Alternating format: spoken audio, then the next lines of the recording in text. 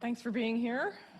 I understand you had some travel challenges, so thanks for making the effort to come up the East Coast during bad weather.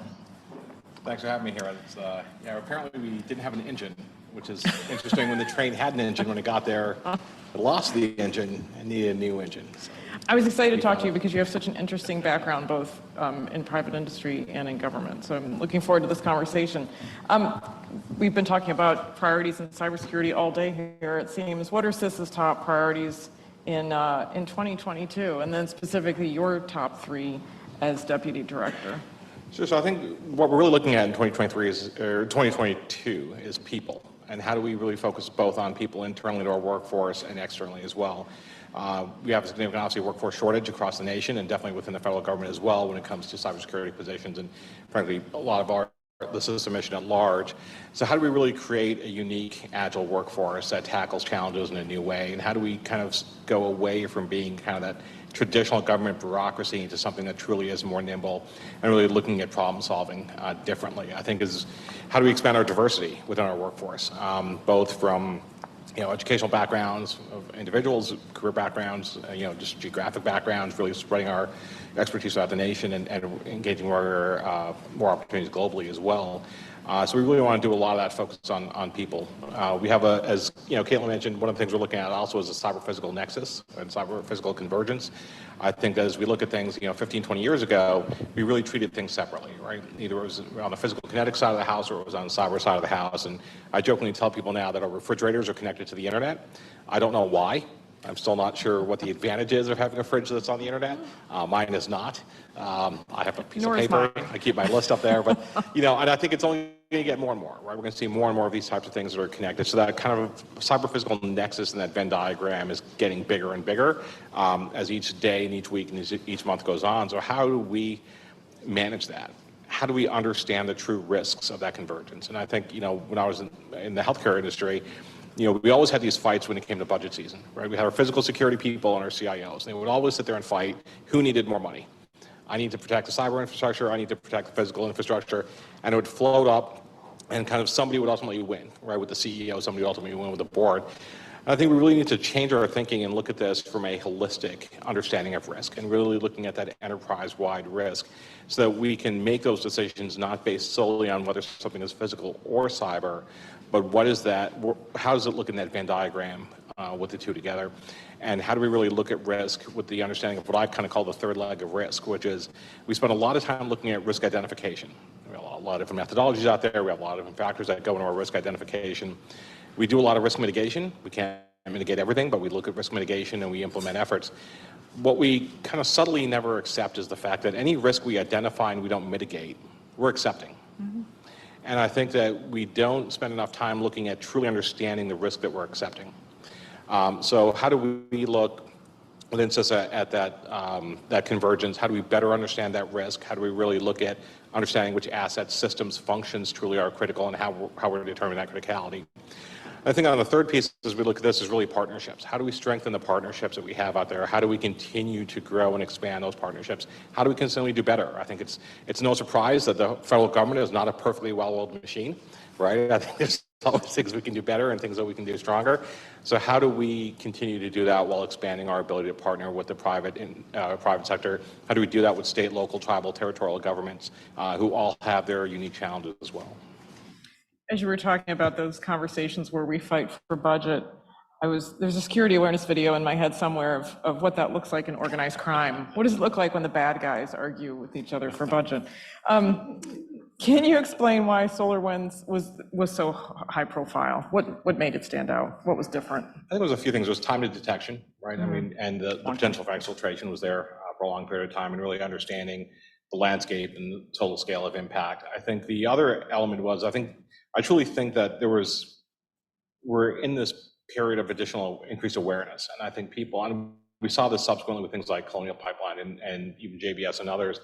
It started to strike people a little bit differently than we've seen cyber attacks in the past. And I don't know if it was because of increased media attention, if it was broader visibility, but I think it got on more people's radars and it really gave people the understanding of this could impact you in some way, this could impact your business. And I think as more and more incidents kind of happen coming out of that, the individual impact became greater and greater. Even, I mean, as much as I had friends jokingly with JBS that said, you're now impacting my meat supply, right? And that's concerning.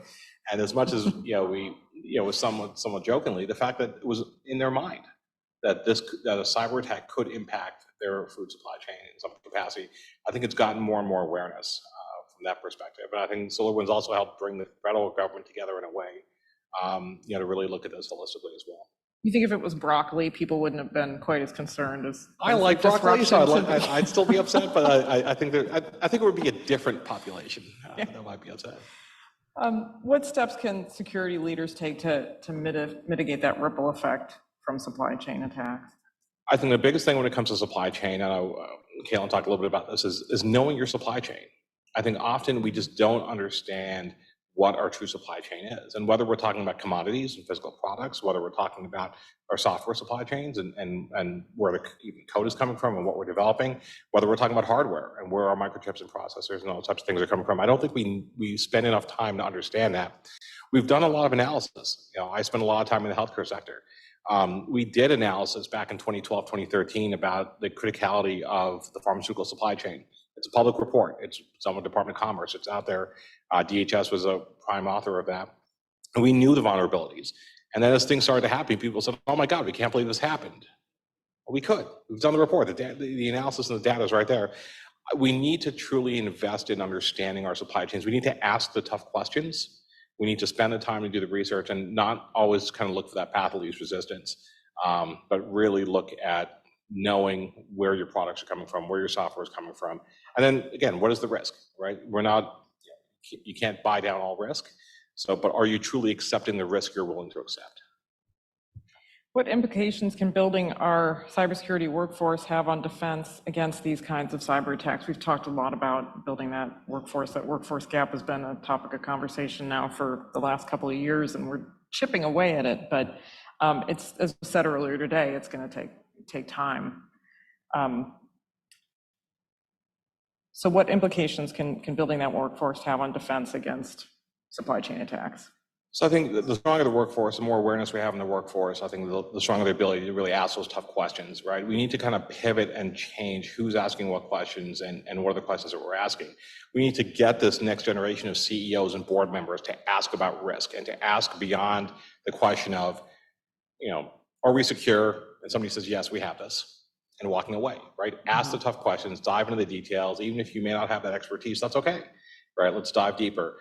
I had a great conversation with my daughter's high school principal the other day for Cybersecurity Awareness Month. I said, what are you doing for Cybersecurity Awareness Month? Because they have a cyber program.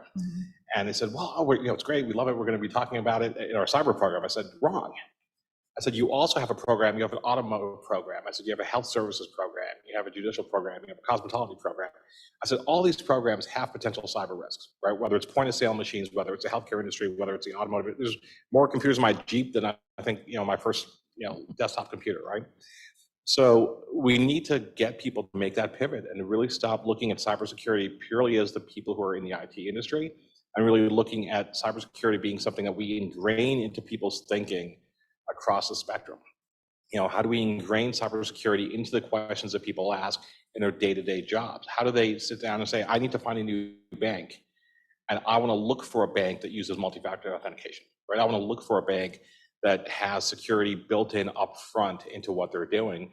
And I think as we get individuals to make that pivot, they take that questioning to their workplace. They take it to their places of worship. They take it to their schools. They take it to their friends, their family, and that kind of what I call that higher index of suspicion, right? Of how do they take those places, and then as they do perform IT systems or get emails and do those types of things, having that higher index of suspicion and not click on everything. I'm a firm believer people will click on anything. I'm also a firm believer I'm not getting $1 million via email, right? I really think someone's going to bring me a big paper check. They're going to show up at my door, right? They're going to give it to me. Yeah. But people will click on it. We need that higher index of suspicion. We need people to ask those questions and to have that right level of paranoia and let that kind of permeate through the nation. We've heard that CISA is hiring. Can you talk to us a little bit about how CISA is growing its workforce? So we are hiring, so we'd love to expand the workforce. I think the biggest thing for us is explaining what the mission is at CISA, right? Explaining that we do have teams of people who are highly technical, skilled, right? Our pen testers, red teams, coders. We have that level of technical expertise, but we also have people that support that mission, right? We need that technical expertise, but we also need the people that help our cybersecurity mission be successful. We need people that support communications, our stakeholder engagement, budget, human capital, all those types of things. And that I firmly believe that there's a role in cybersecurity for everyone. There's a way to support the cybersecurity mission if you're a highly technical cyber SME and if you're a really good budget analyst. Because if we can't get the money, money processed effectively, how do we support that mission? And so we're really looking at the workforce and how do we truly expand our recruiting? How do we expand the diversity in our recruitment, both in the workforce when it comes to kind of traditional demographics for a lot of our recruiting, but also how do we just geographically get the workforce throughout the nation? We shouldn't have to just hire everybody who's amazing in the DC metro area. We have great cyber expertise, great physical security expertise across the nation. So implementing tools like remote work, implementing tools where we can tap into that expertise everywhere in the country and having that work with us.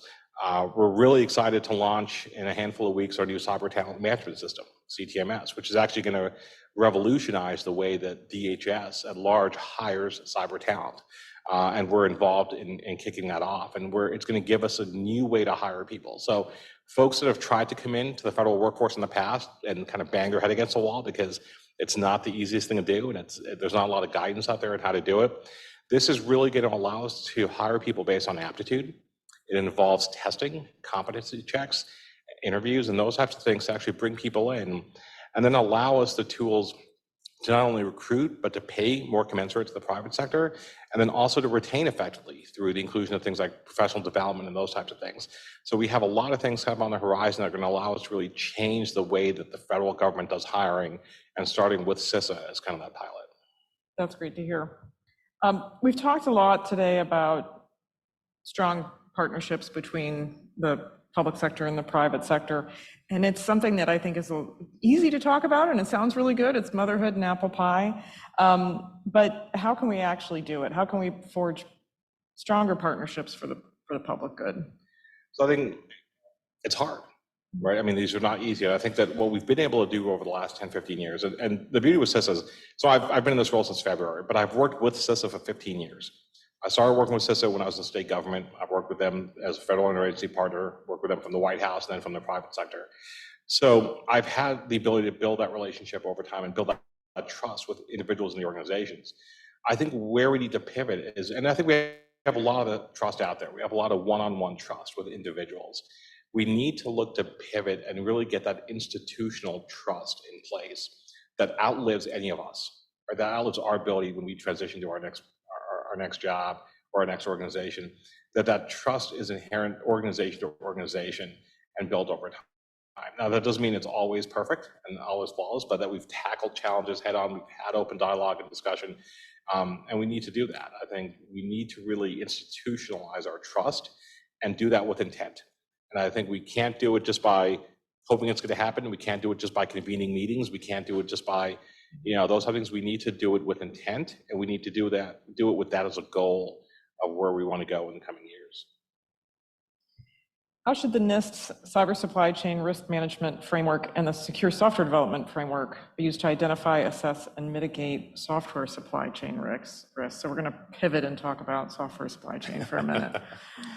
So, I mean, I do think, at least from a best practices perspective, from really understanding what organizations should be doing, I think it's helpful in a couple of ways. I think one, it helps kind of let people understand what they should be doing and what industry and the public sector and the federal government have kind of published as where they feel what they feel the quote unquote standards should be, or where they feel the baseline should be. I think on top of that, it gives others that are less technical, who aren't really in that space, to start thinking about the questions that they should be asking of their vendors as they look at their supply chain. All right. So I think it really is helpful from multiple perspectives. And I'm glad we're finally getting those discussions. I think we've had a lot of discussions with states. I've had a chance to talk to a lot of state CIOs and state CISOs, and they've asked us you need to just give us a list. Give us a list of what the federal government thinks is good and bad. I'm like, well, I can't really do that, right? But what we can do is give you the questions to ask and give you, the ability to really have a document that speaks from both the public and the private sector, that has the input of industry, that helps you ask those right questions. You can then make your own decision on your risk allowance. Can you tell us a little bit more about the work CISA is doing with other government agencies like NIST and the FBI and NSA? Sure. So I think the relationships are strong. I said one of the things that has been interesting is watching the relationship that CISA has had with these organizations over the years and watching how it's evolved. And I was thrilled when I kind of came on board in February to see how that relationship had matured and where that relationship is today. And I think it's a great relationship. I think that there's always more that can be done. I think things like the JCDC and I know folks talked about that earlier today or yesterday, yep. Is a great jump forward to really help us in that front. But I think that what we've been able to do is not only build those relationships in DC, but build those relationships out in the regions. So as we've expanded CISA's regional footprint, we currently have over 500 people in the regions and are able to expand that footprint, not just with our state, local, tribal, territorial colleagues, but with our federal partners that are also in those regions, right? With the FBI and with others that are out there. And then we combine on top of that our global footprint and our ability to engage with our international allies, but also with U.S. entities, that have overseas operations as well. We have CISA Global that came out this year as our international strategy. And so we're really looking at strengthening those relationships and really understanding the role that CISA has to play. I think that in the past, CISA, a lot of these, and we're up against agencies that have been around for a very long time, right? I mean, even though NPPD has been around for a while, even comparably, we're still a new-ish entity, right? I had an opportunity, I was in Cleveland last week or the week before, met with the Coast Guard district commander up there. The Admiral had this flag and it said Coast Guard like 1780 or 1790 on it. And I said, well, CISA just finally got a flag. We just got our flag like literally like 2 or 3 weeks ago. And if, the number on it would be 2018. We're coming up on 3 years, right? So how do we sit here at 2018 and compare against, hundreds of years of history? But we're going to get there, and we're going to do it quick. I think the challenge for us as we look at growing, the challenge for us, I think, as we look at move forward, is we have to grow a lot very quickly and where other groups have had decades to get to. But our partners are willing to help us with that. We're working together with them to help lean forward in that space. And CISA has a very carved out space in this, right? And I think that space is more and more defined now than it was 5-10 years ago. And that's really allowed us to be a strong partner at the table. What kind of resources does CISA have specifically for software companies to prevent, respond, and recover from supply chain attacks? So I think we have a number of resources out there, whether it's things like CDM, whether it's our HERT teams. We have capability out there to really help support the software companies, both pre-incident as well as post-incident. We're continually trying to expand our catalog of services that we have out there. We're trying to push a lot of our capabilities outside DC and, into the regions with additional cybersecurity advisors and folks that can really build those relationships on the ground in your communities, right? So not having everything DC based. We also want a lot of feedback, right? We want to hear from folks on what tools, resources, capabilities make the most sense for us to develop, what makes the most sense for the market doesn't need it per se, right? We're not looking to create things just to create things. And to me, that's where I think that feedback loop and having the opportunity to engage and have the dialogue is helpful, because we want to know that what we're building is going to be helpful, it's going to be utilized. I'm a firm believer when it comes to things like information sharing. I would much rather be an organization that publishes 50 documents a year that drive change, that impact decision-making, that help people change their programs or expand their programs, than 500 documents just to say we did 500 documents. And so we need to really look at, we have a number of services available out there now. We are looking at maturing and modernizing a lot of these services and programs. I think they were strong and made sense based on what things looked like 5-10 years ago. How do we meet today's demands? But also getting that feedback and having that discussion, understand what do we need to look at as we look forward in the next 5 and 10 years. It's going to take time to build new tools and build new capability. I don't want to be in a position where we build capability and it's out of date, essentially the second or third day out of the gate. How are we able to do this in a nimble way? How are we able to do this to meet the needs of our partners out there versus just what we think people need? So we have a few minutes for questions. I want to say you've got my wheels turning as we're talking, as we sort of reinvigorate our Cybersecurity My Business program for small and medium-sized businesses. I think we should be pulling in some of those regional people so that just more visibility and amplification of the resources that CISA has. There's going to be some, I think, new ways we can work together in the future. Any questions from anybody in the audience? Don't be shy. Go ahead, Jason.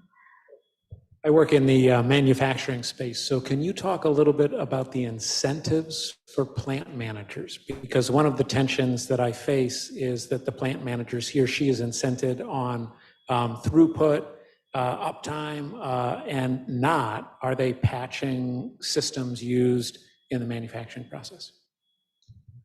So I think the incentive that I offer is downtime, right? I mean, to your point of it's all about throughput, it's all about, kind of the widgets at the end of the day, right? What's coming off the chain.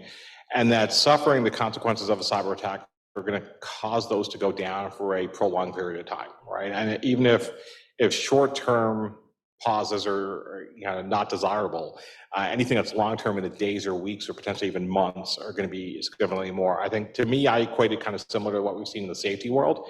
When we've had a lot of these same discussions in a lot of plants about, do we worry about safety? Do we worry about speed, right? And how do we find that balance? And really the impact of not investing in safety, not investing in cybersecurity, and having these systems go down for a prolonged period of time is going to cause significantly more loss of revenue, loss of productivity, loss of time than that patch and keeping the patching up to date and some of those fundamental issues. The impact of an insider threat compromise, right, is much greater than the time of taping your password underneath your keyboard because you don't want to worry about remembering a password. We look at things like multi-factor authentication, right? And I think when multi-factor first came out, a lot of people so it's good, I have to wait. I got to wait for a text message to come through, or it becomes harder and harder. I think people have slowly gotten used to these things as being just the way that we need to be in order to be more secure, and they've planned that into their cost of doing business, right? Their time, whether that's time, whether it's cost. So we need to look at that, and we need to just factor that into the equation and really look at that long-term impact of not doing it is usually always going to be greater than the impact of doing it up front. But it is a story to tell. It's how do we arm people with that knowledge and understanding that it's there. I think the other thing, frankly, is about risk and letting people understand what the risk and vulnerabilities are. Do plant managers understand? Caitlin was talking about the risks of the various sectors. We talk about that when we talk about that on the threat intelligence side. We talk about that with the physical security experts and the cybersecurity experts. But do the plant managers know what the risks are to their facility, right? Do the plant managers know what the impacts are to that sector to say, I could be a target, right? I mean, we look at who the targets were 10 years ago. Most companies didn't think that they'd be a target of a potential nefarious actor, right? A cyber terrorist, a cyber criminal, or a nation state. Now we're seeing it's not just the big cities that are targets, it's small cities. It's not just large companies in the defense industrial base, but it's the food and ag sector, it's healthcare, it's all these other folks that truly never thought they were going to be a target. How do we make sure that they are aware that this risk exists, that the risk exists to them, and what that impact is going to be? And I think we can tell it, we have to tell that story together, and we need to tell that story more frequently and with more detail, frankly. Any other questions? So we actually have a virtual question. We have one online? Okay. Mm-hmm. What actions would you recommend attendees take to their respective organizations upon completion of this event? So what action would we suggest companies take at the... What actions would you recommend attendees take to their organizations from today's Some event? takeaways from today's actions, yeah. So I think the top thing is ask questions. Ask lots of questions. Ask questions for things that you may not even sure that you know what you're talking about. Ask the questions. And don't take the answer of, we got this, right? I have 2 teenagers. They tell me we're fine. It's never fine. Those are not appropriate answers to the questions that I'm asking you. I think the other thing is having the right level of paranoia, understanding kind of what the true threat landscape is, understanding that people who have never seen themselves as potential targets in the past are targets today. And those impacts are significant. And it's not just about revenue, it's about impact to people's daily lives. So I think it's being able to go back to your respective organizations and asking those tough questions that frankly, a lot of your teams may not want to answer, right? Because they know if you kind of peel some of those layers back, there may be things there that they don't want to portray, and being able to drive that. For people who may sit on boards, getting boards to be savvy to ask these questions within their organizations as well. And again, continuing to push the envelope. I think being willing to take the hard road at times and implement the security measures you need, even if they're going to kind of disrupt the day-to-day, when folks may push back against doing so. So I think that there's a lot of things that can be done that are simple, basic steps. We talk about multi-factor authentication, we talk about strong passwords, we talk about those types of steps that people still aren't doing, right? People still have passwords of like welcome. And people still have passwords on their phone of 1, 2, 3, 4, right? We need to push the envelope on some of these things and get these basic fundamental kind of cyber hygiene elements in, and it will make a significant difference. So I think there's something that everybody can do, and a lot of that doesn't cost money. It's asking the questions and seeing where it goes. Any other questions? Well, thank you, Nitin. Thank you very much for being with us. Thanks for having me. Great.